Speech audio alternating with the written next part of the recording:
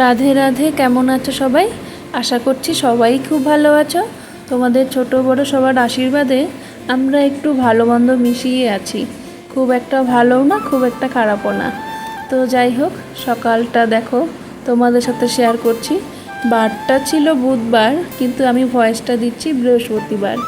আর বুধবার দিন কিন্তু সকালে এরকম দেখো রৌদ্র দেখতে পাচ্ছ, কিন্তু এর পরের দৃশ্যটাও তোমাদের দেখাবো। তো ভিডিওটা দেখতে থাকবে।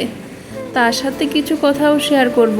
আমি তোমাদের এর আগের ভিডিওতে বলেছিলাম যে আমার একদিন জ্বর এসেছিল। ওটা কিন্তু এমনি এমনি আসেনি, জ্বরটা আসার কারণ আছে। হয়তো আমি এখন ভাবছি ঘরে ঘরে জ্বর বলে।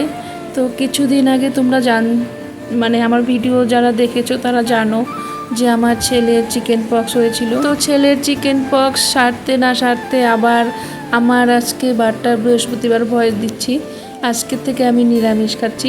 আমার মনে হচ্ছে যে আমারও সেই একই জিনিস হয়ে গেছে। তো যেহেতু ছেলের সাথে ছিলাম, তো কিছু করার নেই, বাচ্চাকে তো ওইভাবে আর ছেড়ে দিতে পারবো না। মা হিসেবে তো আমাকে যতটুকু পারি নিজের শরীরের কথা কেউ আর ভাববে না, মায়েরা আগে সন্তানের কথাই ভাববে, তাই না? যখন ডাক্তার দেখাতে গেলাম তখন কিন্তু সেখানেও বলেছে যে তোমাদের হওয়ারও সম্ভাবনা আছে, যতটুকু পারো একটু দূরে দূরে থাকার চেষ্টা করবে। কিন্তু আমার ছেলে একটা রাত্রিও আমাকে ছাড়া ঘুমোয় না। ও সব কিছুই মা, হ্যাঁ বাবাও অবশ্য, কিন্তু বেশিরভাগ জিনিসটাই মা। ও ঘুমোবে বা খাবার খাবে বা খেলাধুলা বাকি অন্যান্য সময় বাবার সাথে থাকবে, কিন্তু রাত্রে মা ছাড়া কিছুতেই, এতটা বড় হয়ে গেছে ও থাকতে চায় না। তো সেই ক্ষেত্রে আমিও তো ছাড়তে পারবো না, যতই বলো। ছেলে তখন শরীর অসুস্থ, তো সেই জিনিসটা আমি ভেবেছি হয়তো হবে না। তো সেটা দেখো 1 মাস হয়ে গেল ছেলের এরকম হয়েছে, তারপরে 1 মাস পর সেই জিনিসটা আবার আমার। তো কোনো ব্যাপার না, এই সমস্ত জিনিস একজনের থেকে আরেকজনের হতেই থাকে। তবে এখন একটু সাবধানভাবেই চলাফেরা করছিস বাড়ির সবাই। আমি এখন ছেলেকে অনেক বুঝিয়ে টুজিয়ে আলাদা ওর বাবার সাথে থাকতে দিচ্ছি। আর এই যে দেখো গরমে সকালে পান্তা ভাত আর ডালের বড়া, আর তারপরেই দুপুরবেলা দেখো কিভাবে বৃষ্টি নেমেছে।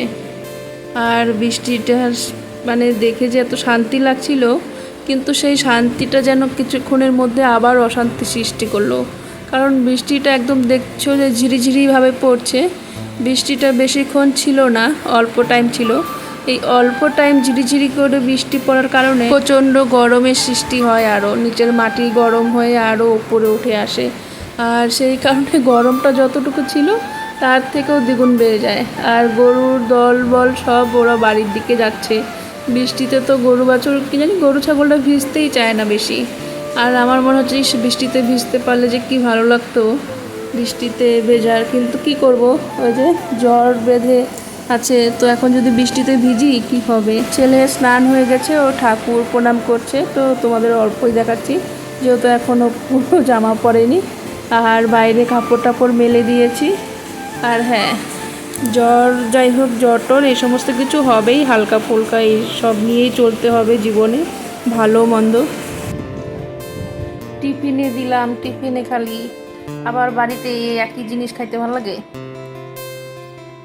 হ্যাঁ, অনেক টেস্টি ছিল, তার জন্য মন করতেছিল।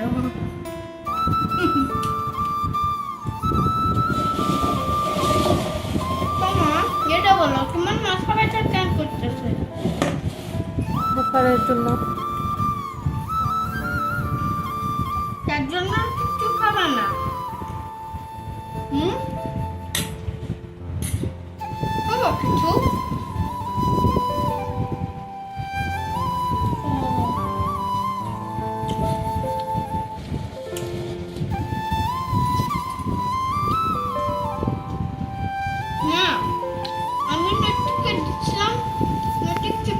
বুধবার দিন কিন্তু আমরা নিরামিষ খাইনি, সেদিন আমি খুব একটা বুঝতে পারিনি, একটা গোটা বেরিয়েছিল আমার। আর এই ডিমের কারি আর শুটকি মাছের তরকারি, এটা ঢেঁকি শাকটা আমি বাড়িতেই করেছিলাম।